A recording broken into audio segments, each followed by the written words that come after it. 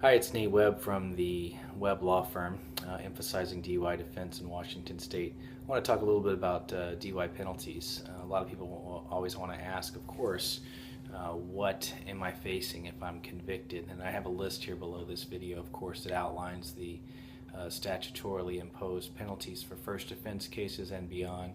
Obviously, first offense cases, they are treated a little bit differently than subsequent offenses.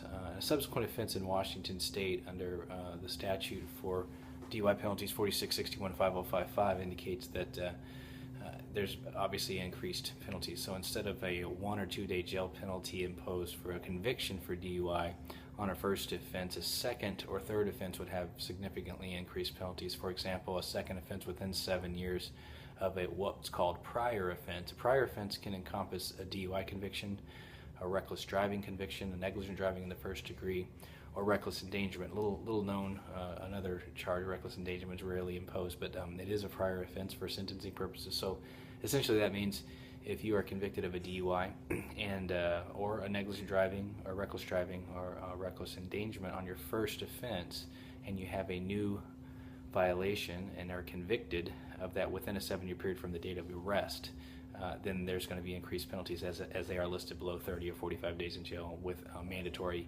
electronic home monitoring. Ignition interlock is going to be required for more than 1 year.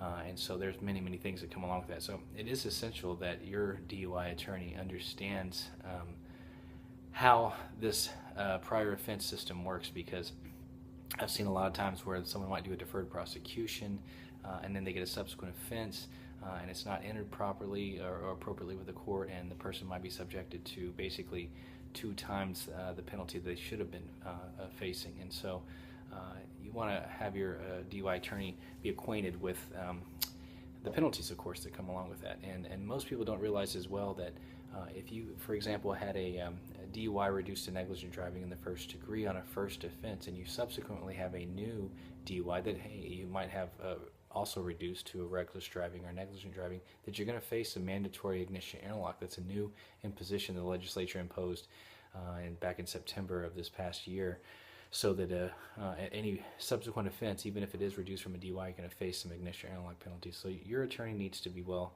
informed about that. And if you have any questions about penalties and how that's going to apply to your case, mandatory jail, ignition interlock requirements, license suspensions, then of course feel free to give me a call, visit my website. We have a contact form on there, and I'm happy to answer any questions that you would have with respect to DUI penalties.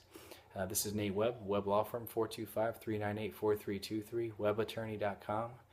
Posted right here, and you can visit us and ask any questions you might have. Thanks.